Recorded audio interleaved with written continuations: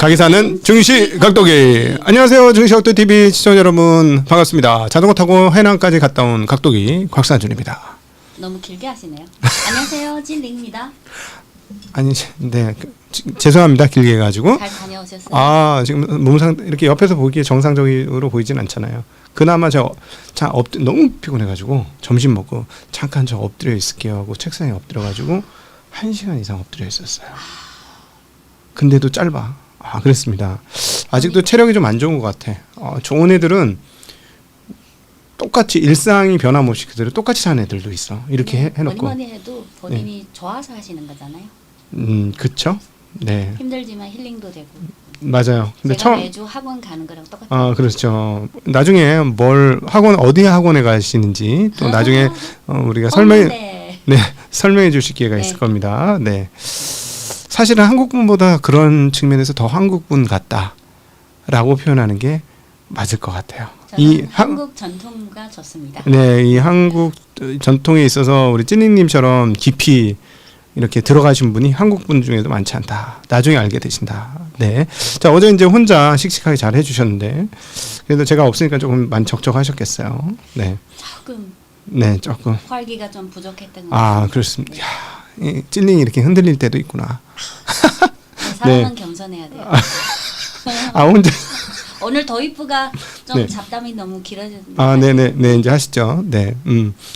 오늘 중국 증시는 소폭 상승, 홍콩도 마찬가지로 소폭 상승인데요. 주요 지수를 보면 상해조합지수 0.04% 상승, 심천 0.45% 상승, 상해 거래소 내 과창 50 지수 0.68% 상승, 심천거래소 내 창업한 지수 0.32% 상승. 아니, 하여튼 벤처 쪽이 굉장히 많이 오르네. 창업반, 과창판. 어제 잠깐 쉬고 또 다시. 아, 그렇군요. 지금 그래도 굉장히 많이 오르고 있어요. 아마 신고가 모두가 신고가죠. 네.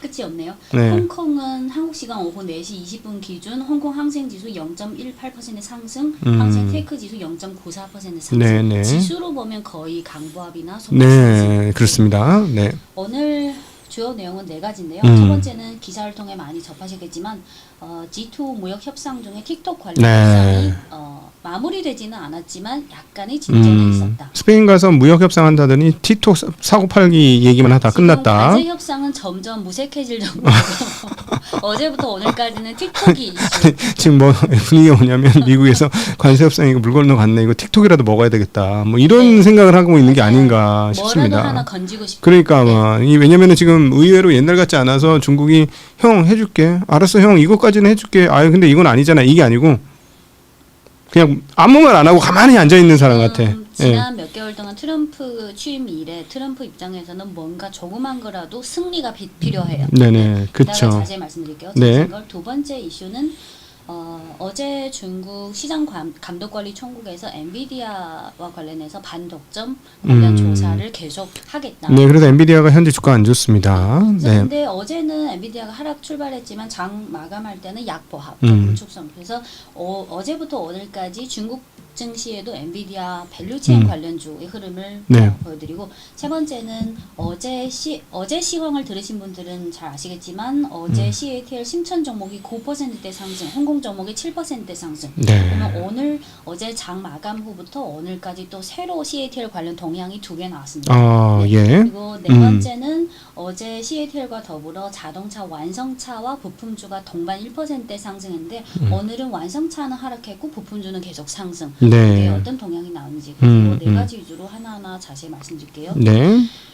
여러분들도 영문이나 한글 언론을 통해서 틱톡 관련 기사를 많이 접하셨겠지만 저희 생각은 트럼프 그 SNS에는 엄청 협상 잘 됐다, 만족스럽다. 근데 G2 간의 어떤 이슈나 사건을 볼 때는 트럼프 한 명의 SNS에 의존해서는 안 됩니다. 이거는 트럼프만의 어떤 표현 방식이고 지금 틱톡이 올해 1월 작년부터 이슈가 돼서 미국이 강제로 틱톡을 사실 자기 걸로 만들고 있는데 한 3번 정도 그 유예가 됐잖아요. 예. 올해 1월, 4월, 그다음에 이번에 9월. 근데 지금 틱톡의 핵심 쟁점은 저는 3가지가 있다고 생각해요. 첫 번째는 지분 구조. 지금 틱톡의 그 창업자가 20% 지분 갖고 있고 임직원이 좀 갖고 있고. 근데 60% 이상은 해외 투자자, 기관 투자자. 근데 네. 미국 입장에서 지분을 뭐 오라클이나 또는 블랙스톤을 통해서 지분을 더 확보하고 싶다. 네. 근데 겉으로는 지분 구조 또는 뭐 지분 참여 또는 강요 또는 강탈 이게 중요한 건으로 보이지만 이거는 본질적으로는 형식상 그거지 실질적으로 중요한 건 아닙니다. 네. 실질적으로는 여러분들이 돌이켜 보면 생각나실지 모르겠지만. 틱톡이 미국 시장에 들어가기 전에 미국에는 미국만의 뭐 메타든 몇 개 그 SNS 플랫폼이 있었잖아요. 네네. 하지만 틱톡이 들어가고 나서 지금 미국 인구 3.4억 중에 이미 1.7억 이상이 틱톡 유저고 또 중요한 거는 적게는 500만 명, 많게는 800만 명이 틱톡에서 SNS뿐만 아니라 거기서 라이브 방송이나 여러 가지 제품을 팔면서 생계 유지 수단으로 활용하고 있어요. 미국 사람이 중국 사람? 미국에서. 미국에서도. 네. 그래서 틱톡은 그냥 단순하게 뭐 데이터나 일상생활 SNS가 아니라 신기하다. 틱톡 돈 하나도 안 주던데. 나한테도 연락이 왔었어. 한번 해보라고. 근데 하는데 뭐 유튜브가 훨씬 조건이 좋거든. 네. 그나마 이거는 생존을 할 수가 있고 그거는 생존이 안 되던데. 얘기가 좀 멀리. 네, 죄송합니다. 네. 근데 틱톡이 핵심 기술, 제조업이든 어떤 테크 기업이든 다 자사의 핵심 기술 있잖아요. 틱톡의 핵심 기술은 알고리즘이죠. 네. 알고리즘 기술. 그래서 연초부터 트럼프 행정부부터 뭐 밑에 상무장관이든 계속해서 공식상에서 우리는 틱톡의 지분뿐만 아니라 틱톡의 핵심 기술, 알고리즘 기술까지 탈취하고 싶다. 근데 요거는 단기간에 쉽지 않은 이유가 네. 중국이 나라마다 그 수출 통제 관련 법률이 있잖아요. 중국 입장에서 수출 통제법을 과거에 개정을 통해서 요 각 아이템 중에 알고리즘 기술은 이미 민감한 기술 분야에 속해요. 그러면 네. 중국산 알고리즘 기술, 핵심 기술을 해외에 뭐 이전하든지 뭐 팔아버리든지 이거는 반드시 중국 상무부의 법적 승인이 필요해요. 네, 그러니까 외국에서 장사를 하는데 중요한 장사, 쉽게 얘기하면 비밀 유지 같은 아니면 핵심 기술 이거는 허락이 필요하다 이 얘기죠. 그래서 그냥 단순히 뭐 트럼프 SNS에서 어떻게 표현하든 또는 기사에서 뭐 협상 잘 됐다 그것만 보고 거기에 의존하면 안 돼요. 네. 요거는 결국은 중국 상무부의 승인이 필요하다. 네. 근데 틱톡 입장에서든 중국 입장에서든 지금 AI 시대에 이 알고리즘 기술이 아주 핵심 기술이잖아요. 그쵸? 요거를 주는 거는 사실 다 주는 거나 마찬가지예요. 그러니까 얘는 껍질만 주겠지. 껍데기만 준다고 해도. 그래서 그치? 중국 입장에서는 끝까지 협상을 통해서 핵심 기술을 안 줄 거예요. 또는 뭐 기존 기술 말고 또 따로 뭐 틱톡 글로벌 또는 따로 법인을 설립해서 미국 맞춤형으로 따로 만들어 주든지. 네. 이게 중요해요. 그리고 세 번째 쟁점은 데이터의 소유권 또는 보관권 또는 사용권이잖아요. 네네. 근데 지금 이미 사실 틱톡의 데이터가 오라클이랑 협력 관계가 있는데 만약 미국 쪽에서 더 압박이 오면 뭐 오라클을 통해서 미국 현지 데이터를 오라클 데이터는 줄 수 있지.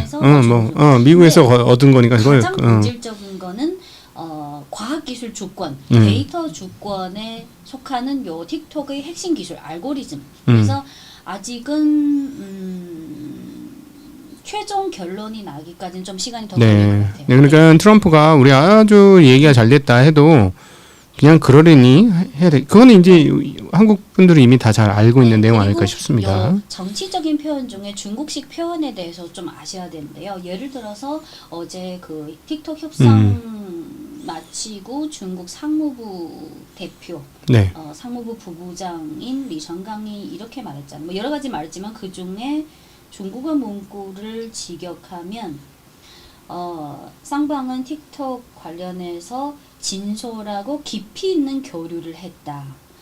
진솔하고 깊이 있는 교류는 중국의 외교 문구 표현에서는 이거는 타협점을 받은 게 타협점을 본질적으로 찾은 게 아니라 그냥 각자 입장을 자기 입장에서 진솔하게 말했다. 이렇게 생각해야 돼요. 네네네. 기사를 보실 때 뭐 진솔하게 깊이 있는 이거는 다 형식상. 네네네. 뭔가 이야기는 했어. 이런 얘기죠. 네. 네. 그리고 그 중국 쪽 대표가 이어서 뭐라고 했냐면 서로 투자의 장애물을 낮추고 서로 경제 협력을 촉진하고 틱톡 관련 문제에 있어서는 기본적인 틀상의 합의에 달성했다. 그럼 기본적인 틀상의 합의는 본질적으로 무엇일까요? 이거는 자세히 얘기 안 해서 그래서 아직은 좀 시간을 통해서 근데 중요한 거는 이 알고리즘은 절대로 대략 이거구나. 그래, 오케이, 알았어. 팔게. 거기까지만 얘기된 거구나. 알았어, 팔게. 어떤 조건에서 팔자는 얘기 안 됐다. 그래서 이 네. 알고리즘에 대한 승인권이랑 그 통제권은 사실 아직은 중국 상무부에 있다는 것. 네. 네. 그리고 두 번째 이슈는 어제 중국 국가시장감독관리총국에서 엔비디아 그 몇 개월 전에 작년부터 이미 반독점법 조사를 했는데 몇 개월 지난 다음에 이게 아직은 문제 해결이 잘 안 돼서 조사를 추가적으로 계속 하겠다. 네. 계속 시간을 끌겠다. 그래서 지금부터 화면을 보시면 네네. 한국 종목 중에도 엔비디아 공급망 밸류체인 관련주가 있겠지만 네. 중국의 어떤 주식이야? 이건가? 잠깐만. 네. 죄송해요. 폭스콘. 네. 엔비디아 중국 증시 상장사 중에 엔비디아 밸류체인 종목이 한 열 몇 개 있는데요. 잘못됐어. 잘못됐어. 아, 네. 죄송합니다. 하시는 동안 제가 먼저 말로 말씀드릴게요. 네네. 그 중에 핵심 종목을 한 3개만 들면 예를 들어서 601138 상해에 상장한 폭스콘 중국 공장 한자는 공업부연 종목 코드 601238 중국의 그 법인명 영문명은 폭스콘 인더스트리얼 인터넷 이 종목이 예전에 중국 시황에서도 자세히 말씀드렸다시피 매출이 반은 5G 모듈 그리고 반은 클라우드 AI 관련 서버 이쪽에서는 절대 강자 근데 이 회사도 마찬가지로 엔비디아의 AI 관련 서버 공급사 핵심 공급사인데 엔비디아의 그 중국 OEM 서버 중에 60%는 요 폭스콘 중국 법인이 지금 담당하고 있어요. 네, 어제 그 중국 시장감독관리총국에서 엔비디아 반독점법 추가로 계속해서 조사하겠다. 그걸 나오고 나서 어제 중국에 상장한 엔비디아 밸류체인 종목들이 대체로 1%대에서 3%대 동반 거의 다 하락했어요. 네. 그리고 나서 지금 화면 됐나요? 네, 됐어요. 네. 지금 화면에 보시는 게 폭스콘 중국 중국 법인 보시면 어제 3% 하락하고 오늘 요거는 오전장 기준인데 지금 마감 기준으로 약보합 마감했어요. 아직은 조금 약세라는 거. 그리고 다음 그림은 폭스콘이 그 광 모듈이 중요하잖아요. AI 하드웨어 중에서 광 모듈을 가장 많이 공급하는 중국 공급사인데 종목 코드 300308 심천 창업한 종목이라 외국인 개인 매매가 어려운데요. 영문명은 중지 이너라이트. 근데 이 종목은 AI 관련 광 모듈 쪽에서는 아주 중요한 종목이에요. 네. 이 종목도 마찬가지로 어제 9월 15일 어제 3%대 하락하고 오늘은 보합권에서 머무르는 모습. 네네. 그리고 다음 종목도 폭스콘이랑 엔비디아랑 관련된 종목인데 002229. 요거는 뭐 하드웨어 소프트웨어보다는 그 엔비디아가 북경시에 그 센터 연구 센터 같은 게 있어요. 그거를 뭐 부동산이나 여러 가지 임대하고 뭐 서비스 이런 종목인데 데이터 센터. 네, 데이터 센터가 아니라 약간 무슨 혁신 센터. 그거를 서버나 요 부동산 관련 임대 전체적으로 요 사업 북경시에서 하는 사업을 서포트하는. 근데 핵심 종목은 아니에요. 그냥 이런 종목이 있다는 걸 아시면 002229 어제 1% 하락하고 오늘도 1% 하락. 그리고 다음 그림이 과거 시황 방송에서도 말씀드린 화웨이가 비상장사다 보니까 엔비디아의 그 AI 칩에 해당되는 그거를 타깃으로 하는 중국의 국산 AI 칩 종목 중에 캠브리컨 한자는 한우지. 네, 3배 올랐어, 3배. 캠브리컨이 여러분 생각하시면 중국의 감독 당국에서 엔비디아에 대한 반독점 그 조사를 계속한다. 그러면 중국 국산 AI 칩 입장에서는 어떻게 보면 호재라고 할 수 있죠. 그래서 요 캠브리컨이 물론 688로 시작하는 과창판 종목이라 개인 투자면 근데 요 종목을 알고 있어야 돼요. 그래서 캠브리컨은 어제 3%대 하락했는데 오늘은 좀 안정세를 취하고 보합권에서 마감했어요. 네. 근데 그 지난 몇 개월 동안 캠브리컨이 계속 승승장구했어요. 그렇죠. 요즘은 조금 쉬는 모습. 그리고 캠브리컨을 볼 때 마찬가지로 688041 다음 종목을 보시면 여기 한자로 해광. 네. 한자로 해광 정보. 근데 영문명은 HYGON. 하이건. 해광 정보 기술 688041 요것도 캠브리컨 수준까지는 아닌데 어쨌든 국산 AI 칩을 만들고 있는 네. 회사예요. 그리고 요 종목이 어제 엔비디아가 약보합으로 마감할 때 이 종목은 어제 5%대 급등에 의해서 오늘은 6%대 급등. 네. 그러니까 똑같은 국산 AI 칩도 똑같이 갈 때도 있고 이 종목이 갔다가 쉬다가 이 종목이 네. 약간 그리고 세 번째 이슈는 어제 CATL 어제 중국 시황 네. 보셨죠? 어제 CATL 신천 종목 9%대 급등, 홍콩 종목 7%대 급등. 네네. 근데 오늘 화요일 CATL 신천 종목 0.36% 하락, 홍콩 종목 네. 여전히 2.5%대 상승. 네, 홍콩입니다. 이거는. 네. 어제 CATL이 그 중국 증시랑 홍콩 증시 동반 급등한 거는 네. 어제 시황을 보시면 아시겠지만 지난주 금요일 장 마감 후에 중국 국가에너지국에서 신형 에너지 저장 즉 ESS, 신형 ESS 규모화 건설 전문 행동 방안 2025-2027 요 네. 정책을 발표해서 이제 앞으로 한 2, 3년 동안 중국 국내의 신형 에너지 저장 장치 규모를 좀 확대하겠다. 네. 요것 때문에 어제 급등했고요. 27년까지 180기가와트로 1.8억 네. 킬로와트시. 그러니까 180기가와트 그래서 네. 그러면 여기 요 신규 설치량에 해당되는 직접적인 투자 금액은 약 2,500억元에 달할 것이다. 그러면 곱하기 한 200하면 원화예요. 네. 그래서 매년마다 중국이든 미국이든 유럽이든 다른 신흥국이든 전체적으로 ESS 신규 설치량은 꾸준히 지역별로 전 세계 네. 그 지역 불문하고 계속해서 상승해. 근데 중국이 기존의 계획도 있지만 좀 더 안정적이면서도 좀 더 확대하겠다. 네. 그리고 뭐 포드도 미국의 포드하고 LFP 네. 같이 하겠다는 뉴스도 있어요. 근데 그게 아직 확정은 아니죠. 네. 계속해서 뭐 몇 개월마다 기사는 나오는데. 어쨌든 지금 LFP를 하려면 사실은 가격적인 측면에서는 뭐 한국 업체하고도 하면 되겠지만 가격적인 측면으로 따지면은 중국 업체가 워낙 유리하기 때문에 아마 쉽게 선택을 안 하기가 어려울 것 같긴 해요. 현실적으로. 네, 네, 그렇습니다. 네. 네, 그리고 오늘 어제 급등했으니까 오늘은 심천 종목이 소폭 하락이고 홍콩은 계속해서 2% 상승했는데 어제 장 마감 후부터 오늘 개장 전까지 CATL 관련해서 두 가지 새로운 동향이 나왔습니다. 네. 어제 장 마감 후에 CATL이 그 회사마다 상장사마다 홈페이지 포털 사이트 외에 위챗이라든지 SNS 공식 계정이 있잖아요.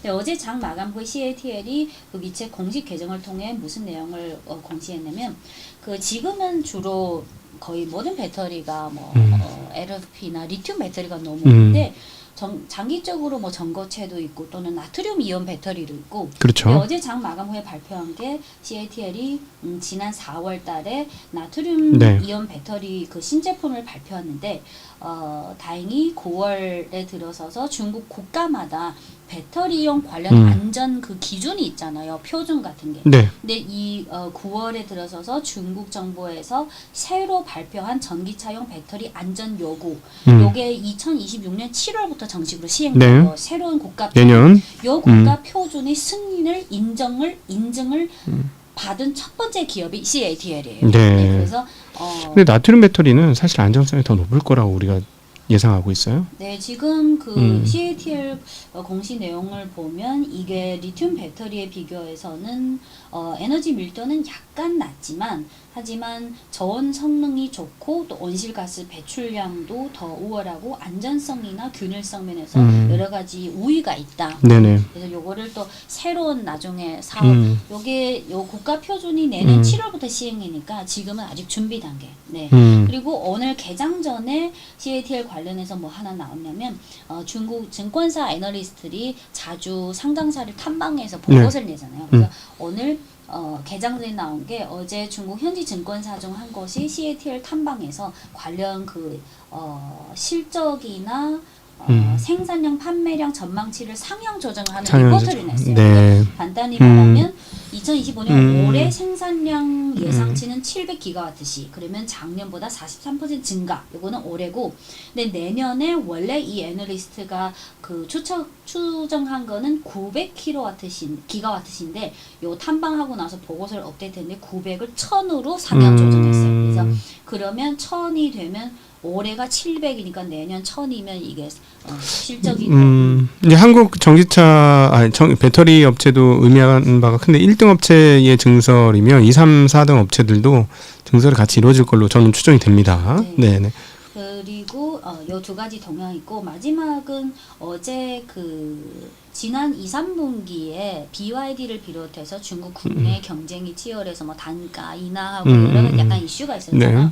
그래서 그거 때문에 지난 금요일 장 마감 후에 중국 공신부에서 2025년부터 26년까지 자동차 산업 안정적 성장 사업 방안 좀 더 안정적으로 제대로 하라. 근데 그거 때문에 어제 중국 증시중 완성차 업종, 부품 업종이 동반 1% 상승했어요. 네. 근데 오늘은 완성차 지수는 하락 또는 소폭 약보합인데 마찬가지로 자동차 부품 지수는 어제 1%에 이어서 오늘은 3%대 상승했어요. 이게 어떻게 된 거냐면 근데 이게 개별 상한가를 기록한 종목이 몇 개 있었는데 화면을 보시면 네네. 이게 중국 증시 중 자동차 부품 업종 주가 지수예요. 어제 1% 네. 상승, 오늘은 3% 상승. 사실 자동차 부품주가 3%대까지 상승하기 쉽지 않아요. 보통은 1%, 네. 2%. 잘 안 움직이죠. 네, 네. 이쪽은. 근데 오늘 다음 그림을 보시면 중국에도 한국에도 자동차 부품주가 엄청 많잖아요. 그렇죠. 전국에서도 몇십 개가 있는데 그 중에 균승전자가 좀 중국의 자동차 부품주, 특히 전기차 부품주라면 반드시 알아야 할 종목인데 600, 699 균승전자 어제 7%대 급등이에서 오늘 10% 상한가를 기록했어요. 네. 근데 균승전자가 어제 장 마감 후에 새로운 공시를 하나 발표했는데 이 공시에서 뭐라고 했냐면 최근에 우리 회사에서 중국의 전기차 업체 중에 상위 2개 업체 근데 아직은 비밀 유지 단계라서 그 전기차 업체의 이름은 아직 밝히지 않았어요. 공시. 최근에 균승전자가 중국의 전기차 상위 업체 2곳으로부터 큰 주문을 신규 수주를 받았다. 이 수주는 그냥 일반적인 부품이 아니라 전기차 안에 들어가는 스마트 시스템, 뭐 인텔리전트, 뭐 커넥티드 여러 가지 스마트 관련 그리고 자율주행 관련 이런 스마트 시스템 관련해서 두 회사로부터 총 150억 yuan에 해당되는 신규 수주를 받았다. 네. 요거는 장기적으로 계속 납품하는 거예요. 그러면 150억 yuan이면 3조. 200 정도, 3조 정도. 네. 그래서 요거를 주문을 받았는데 2027년부터 요 신규 주문을 이제 집행해 나갑니다. 그래서 균승전자가 오늘 상한가 그리고 균승전자 외에도 뭐 화면에는 없지만 오늘 상한가 또는 10% 창업판이랑 과창판은 상한 제한폭이 20%입니다. 네네. 10% 이상 급등한 자동차 부품주가 많았어요. 네. 그래서 오늘은 주로 틱톡 협상 관련 그리고 엔비디아 중국 밸류체인 관련주 CATL 새로운 동향 2개 그리고 자동차 부품주 계속해서 상승. 네네. 하여튼 지금 뭐 보시면 아시겠습니다만 CATL을 비롯한 그 몇몇 업체들이 정말 꾸준하게 요즘 가고 있습니다. 한국은 아직까지 이제 회복은 안 됐습니다만 이제 시간이 지나면 점차 한국도 영향을 많이 받을 건데 이제 그 사이에 전체 시장의 어떤 지형도로 많이 바뀌어 있다. 이런 규모가 훨씬 더 많이 빨리 커졌다. 이렇게 정리해 볼 수 있겠어요. 네. 구독자 Q&A에다 딱 한두 개만 하고 네. 마칠게요. 네네. 뭐 다른 거는 내일 계속 할게요. 어떤 분이滴滴出行 그 중국의 그 네. 택시 앱 네. 滴滴出行 어떻게 되는 걸까요? 미국에서 상폐되고 홍콩에 상장한다더니 그런 것 같지도 않고요. 이런 기업은 시간이 지나면서 어떻게 정리되는 건지 궁금합니다. 滴滴出行이 2021년 6월에 미국 나스닥에 상장한 후에 2022년 6월에 양국 간의 그런 힘겨루기 때문에 상폐가 됐어요. 네. 근데 최근 9월에는 관련 기사가 없지만 가장 최근 기사가 2025년 7월 중국 현지 기사입니다. 그 현지 기사 중에 핵심 내용은 滴滴出行이 아마도 홍콩 거래소 상장을 지금 이미 실제로 준비 중이다. 지금 이미 근데 중국은 일상적으로 쓰고 있지 않나? 네, 그죠? 네, 상장이랑 상관없이 매일 모든 사람이 택시 탈 때, 쓰고 있어요. 택시 탈 때, 실제 쓰는 거는 사실 상장 그거는 조금 별개로 봐야 돼요. 아 맞아. 근데 택시만 부르는 게 아니라 일반 차도 부르고 다 네. 부르더라. 점점 다양화. 네네네. 미국 성장은 그 뭐 2022년 6월 상패로 인해서 1달러 됐고, 근데 지금 요 7월 기사에 의하면 아마도 홍콩 거래소 상장을 목표로 지금 실제로 준비 중이다. 하지만 실제로 뭐 몇 년도 몇 월 며칠에 그 상장 계획 목표로 하는지는 아직은 잘 모르겠고, 네. 네, 하지만 만약 순조롭게 나중에 홍콩에 상장된다면 시총을 한 700억 홍콩 달러에서 800억, 아니 700억에서 800억 달러에 해당되는 시총, 그게 될 거다. 그리고 지금도 중국 시장뿐만 아니라 디디가 해외에도 많이 진출하는데, 해외에 가면 아무래도 그 우버랑 경쟁하게 되겠죠. 예, 저기 동남아는 또 다른 회사 있고요. 네, 그랩. 지금 최근 기사가 7월이라서 이제 4분기 뭐 연말쯤 되면 또 업데이트된 내용이 나올 것 같아요. 그때 가면 또 다시 말씀드릴게요. 네네. 그리고 마지막 하나만 하고 할게요. 10년 전에 제가 매수한 중국 면세, 중국 면세가 종목명이에요. 중국에서 면세점 1위. 10년 전에 매수한 중국 면세를 가지고 있는데 별로 재미가 없네요. 장기적으로 가져갈 생각인데 분석 좀 부탁드립니다. 과거의 시장 때도 말씀드렸다시피 중국의 상장사는 웬만하면 그 업계에서 1등, 2등, 3등. 근데 2, 3년, 3, 4년마다 그 주식 시장을 견인하는 그 실질적인 견인력, 그 핵심 업종이 트렌드가 변화되고 있어요. 10년 전에 그때 한국에 면세점이 대난리가 났었는데 그 이후에 이제 중국이 직접 면세점을 지었죠. 네. 어마무시한 규모로 지었다고 하던데. 중국 면세, 중국 중면이라는 종목의 주가를 보면 고점이 2021년이에요. 고점이 네. 380yuan. 근데 지금은 이번 주 주가를 보면 한 70yuan 정도. 네. 고점이 뭐 21년도 고점 회복 못한 거 많아요. 지금 네. 알리바바 이것도 300위안했어. 네, 이 종목은 뭐 내수주도 속하고, 이 종목은 뭐 당연히 테크주가 아니지만 2021년 고점을 왜 도달했냐? 이 회사가 2016년, 17년, 18년, 19년, 20년 그 2021년 고점까지 그 몇 년 동안이 이 회사가 중국 국내 공항뿐만 아니라 해남도 중국 전국 지역뿐만 아니라 해외에서 면세점 그 새로 오픈하는 그 가장 강력하게 적극적으로 사업 확장을 하는 시기예요. 근데 그 후에는 또 뭐 코로나가 생기고, 그래서 여러분들이 중국의 1등주, 2등주, 특히 1등주를 접근할 때는 그냥 단순히 그게 1등주가 아니라 네. 지금의 글로벌뿐만 아니라 중국 국내의 그 시장을 견인하는 트렌드가 뭔지 거기에서 찾아야지. 네네. 좀 너무 과거에 머물러 있는 거죠. 근데 뭐 다시 그 관광객들이 늘어나야 되는 거 아니에요? 너무 쉬운 얘기인데 관광객들이 좀 늘어나고, 지금 아직까지 관광객들 많이 안 늘어났잖아요. 옛날 19년에 국내에도. 근데 외국인 관광객들은 계속해서 고성장하고 있어요. 아니 근데 코로나 이후에. 19년하고 비교해야 돼요. 관광객은 19년 이상으로 늘었을까? 그걸 한번 비교는 해봐야 돼.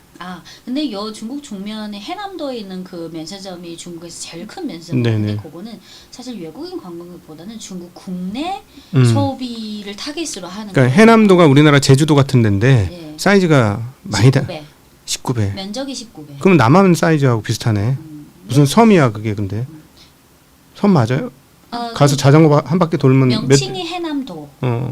명칭만 섬 아니에요? 섬은 맞는데 근데 뭐 면적은 제주도에 제가 옛날에 계산해봤는데 19배인가 20배. 와, 그 한 바퀴 돌으려면 며칠 걸리겠네 그러면 자전거 타고. 네. 그래서 중국의 내수주에 접근할 때는 사실 지금 시점에서는 저는 뭐 중장기 추천주로 추천하고 싶지 않아요. 소비주. 네. 여전히 소비가 안 좋다. 그러면 자 우리 찐닝님께서는 중국의 소비는 언제쯤 살아날 거로 보시는지 궁금합니다. 혹시 CPI가 플러스 돌거나 아니면 PPI가 플러스 돌거나? 저는 살아나기보다는 추가 유축되지 않는 것만을, 현 상태 유지만으로도 저는 어느 정도. 와, 그러면 진짜 그동안에 우리가 진짜 주식 하면서 설명드렸던 건 앞날이 창창하고 발전하고 막 계속 그런 얘기 했는데 갑자기 내수로 넘어가니까는 어려워요. 지금 이렇게 하신 거네?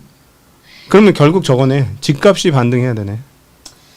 그래서 지금 정부 입장에서 뭐 4분기에 추가적인 사실 소비가 늘려면 내 주머니에 있는 돈이 소득이 늘어야 되는데 그렇지. 그게 어려우니까 부동산도 그렇고 뭐 대절자 취업도 그렇고 맞다. 정부 입장에서 뭔가 그 마지노선을 받쳐주기 위한 4분기에 추가적인 뭐 재정 투입이라든지 뭔가를 좀 더 추가로 해야 될 것 같아요. 소비를 위해서. 예전에 1인당 한 150 이하에 먹던 밥이 네. 150원, 200엔에 먹던 밥이 요즘 막 80엔, 70엔 이렇게 떨어졌다던데 일반 서민들이 먹는 특히 밥이. 코로나 이후에 선택적 소비보다는 필수적 소비가 더 중요해지잖아요. 네. 그래서 점점 일반 서민층들이 가성비를 더 추구하고 네. 점점 더 현실적인 그 소비. 전 세계가 다 그런 것 같아. 또 추세는 그것도. 똑같아요. 근데 작년에 그 갔다가 아니 얼마 전에 갔다가 깜짝 야 무슨 동네 슈퍼가 백화점보다 사이즈가 마트보다 더 커. 동네 슈퍼거든. 아, 중국은 원래 진짜 규모가 크니까. 술만 한 층이야. 술만. 너무 깜짝 놀랐어. 근데 그걸 다 돌아다니는 사람이 하나도 없더라. 그리고 거의 웬만하면 다 온라인 쇼핑으로 다 음. 하고, 그리고 저도 그렇고 뭐 저는 한 3개월 간격으로 집에 가는데 부모님이 중국에 계시니까 부모님이랑 항상 뭐 집 근처에는 쇼핑몰이든 가든 쇼핑보다는 그냥 식사를 해요. 아 식사 맞아. 필수 소비를 해요. 맞아. 지하실하고 꼭대기층에 있는 푸드코트하고 식당 가만 사람 드글드글하지. 그 중간에 2층 금은방하고 금은방 빼고 나머지 옷가게는 완전히 다 비어 있어. 저희 부모님이 사는 거기서 운전해서 5분 거리에 큰 쇼핑몰, 약간 여기 IFC 몰처럼 큰 쇼핑몰인데 항상 4층, 5층 식당층은 사람들이 가게 밟고 많아. 그 식당층도 옆에 거기도 거기 한류가 유명해요. 내가 저기 이번에 거기 갔다 왔잖아. 한류는 어떤 한류요? 밥. 나는 그러니까 옥탑 할매인가 거기 서탑 할매 저희 근처에 그 5층에 한식 비빔밥집 하나 있고 또 하나 뭐 두 곳. 그래요. 저 가봤더니 그렇지 불고기 막 하고 막 이렇게 한글로 쓴 거 막 중간중간 틀렸잖아. 그 용도가 틀리게 막 써놓고 어서 오십시오 뭐 이렇게 막 써놨는데 되게 웃기더라고 그게. 네, 근데 그 한식이 좋아해요? 사람마다 어떤 사람은 뭐 정기적으로 그러면 한번 우리 옛날에 서양식 뭐 TGIF처럼 있는 개념이구나. 그러면 그냥 개인 취향인 것 같아요. 그러니까 그 식당가에 한 식당 있는 거는 그냥 우리나라 경양식집 있는 거하고 비슷한 개념이구나. 네, 웬만한 큰 쇼핑몰 식당가에는 뭐 거의 다 중국 요리 위주지만 중국 요리가 8대 시스템이 있어서 근데 웬만한 층에는 8대 한식 시스템. 정도는 한두 곳은 반드시 있어야 되죠. 다음번에 이 8대 시스템에 대해서 하나하나 알아가도록 하겠습니다. 근데 그게 해당 종목을 찾기 어려워서 아니 종목은 맨날 공부만 하나 뭐 다른 것도 좀 해야지. 참 여러분은 생각이 어떠신지 맨날 공부 너무 진지한데. 근데 부모님은 이 방송 보고 계세요? 가끔 이게 거의 한 건당 2-30분 분량이잖아요. 네네. 제가 매번 그거를 한 1-2분으로 잘라서 부모님께 드리고 그리고 닭도기님 지금 이미 저희 위챗을 통해서 지금 이미 저 위챗 친구가 한 1,500명 있는데 네. 이미 우리 친구들이 다 보고 있어요. 그래요? 이미 중국 진출하셨어요. 위치도 안 깔았는데 네, 오늘 방송 끝나고 깔도록 하겠습니다. 네, 알겠습니다. 아유 부모님 안녕. 뭐라고 불러야지? 위챗에 그렇구나. 얼굴 상태 안 좋은데 뭐라고 그래야지? 부모님한테 인사 니하오. 네. 근데 부모님은 연령대가 더 위니까 니하오보다는 닌하오. 닌하오. 니는 약간 높이는 너의 높음. 저희 부모님이 50년대생이에요. 닌하오. 네. 예, 닌하오. 닌하오. 네. 연결해서 닌하오. 네. 닌하오. 네. 네, 오늘도 하루 함께 해주셔서 진심으로 감사합니다. 행복한 저녁 되십시오. 인사드립니다. 안녕.